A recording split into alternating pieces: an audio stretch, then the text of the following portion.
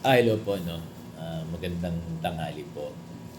Ang daming nag-send sa akin tapos may mga post ano, sa social media na seemingly 'no, na sinasabi ng PLI na yung 7 years to 10 years loan extension ay PLI na magtatakda. Kaya lang wala naman tayong nakikitang ganyang black and white, eh, 'no? Wala naman tayong nakikitang ganyan na black and white na ano, na sabihin na yan ay direktiba, circular ng BSP na matatanggap talaga ng bangko or matatanggap din ng DepEd. Ganun eh. Kasi ano lang yan eh. Katulad din yan nung mga nababasa nating post na 'di ba, kino-consider yung 7 years to 10 years loan extension. Pino-post din yan eh. Nakikita rin natin na Bangko Sentral ng Pilipinas.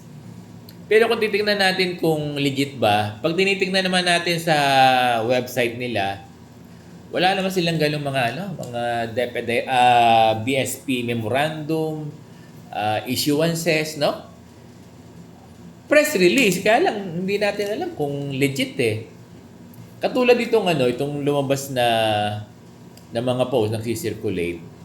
Ang sabi ay pinaubaya na sa mga private lending institutions and banks or banks yung pagbibigay ng 7 years to 10 years. Kaya lang, pag tinanong mo bangko, kausap naman natin mga bank, wala naman silang natatanggap ng ganong kautusan.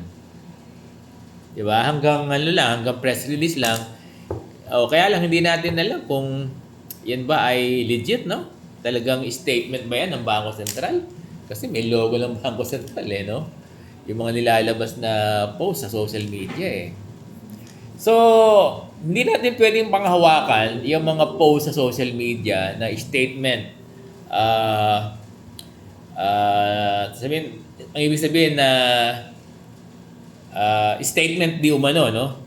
Yun ang Tagalog eh, pero may English yan eh. Statement di umano ng Bangko Sentral ng Pilipinas. Ngayon, pag binerify naman natin yung mga issuances nila sa Bangko Sentral, hindi mo naman makikita yan. Kaya hindi pwedeng panghawakan eh.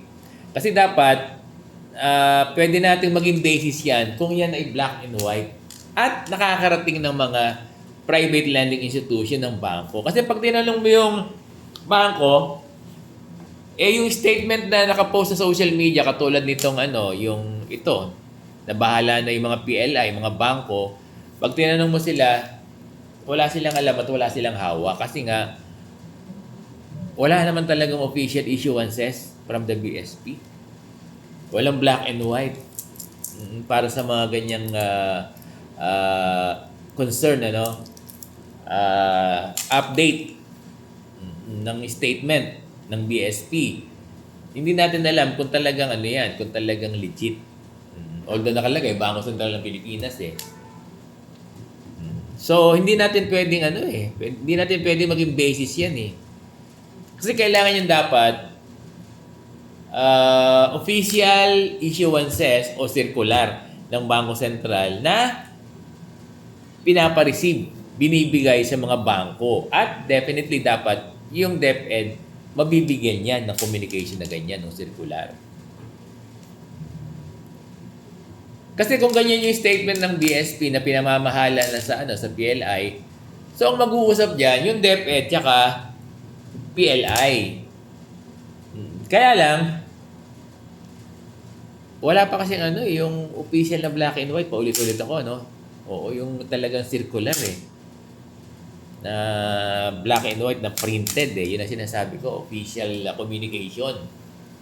Kasi hindi po pwedeng social media post lang.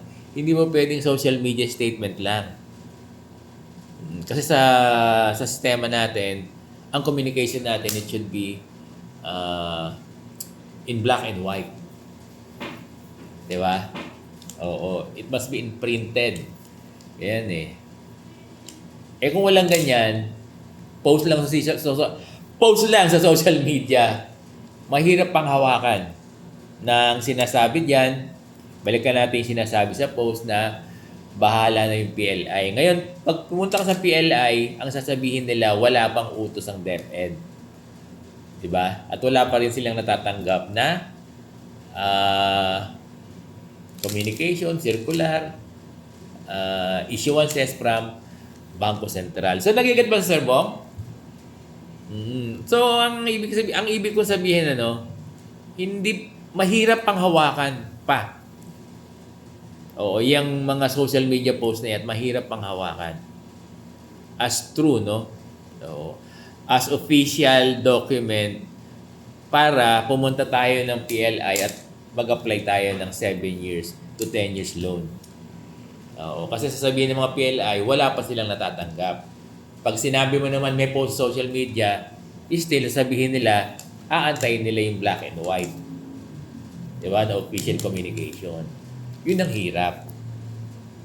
Diba? Iba yung pinopost sa sinasabi ng mga PLI eh. So granted na nag-post, may post talaga, may statement ang BSP na bahala na yung mga PLI. Kaya lang, hindi magiging hindi magiging tag dito. Hindi ma-execute, hindi siya ma-execute. Executory, no? Mabubulol ako eh. Hindi siya maaaring ma-execute. Ayun na lang, para hindi ako mabulol. Kasi nga, post lang siya sa social media. Hindi siya ma-execute kasi post lang sa social media. Para maging, para maging isang directive talaga na magkukumply yung bangko, dapat yan official communication. It can be circular. Magpapalabas. Di ba? Yung bangko, sa pagkakaunawa ko, signed by the governor. Ilay Remonola. No? So, yun. Naniniwala ako, sige, na may post na ganyan ang BSP. Kaya lang, hindi yan may execute. Hanggang post lang yan. Di ba? Oo, walang walang power yan, walang authority yan. Kasi nga, ang official communication should be black and white. Ganun. Oo. So, kung ang tanong, kung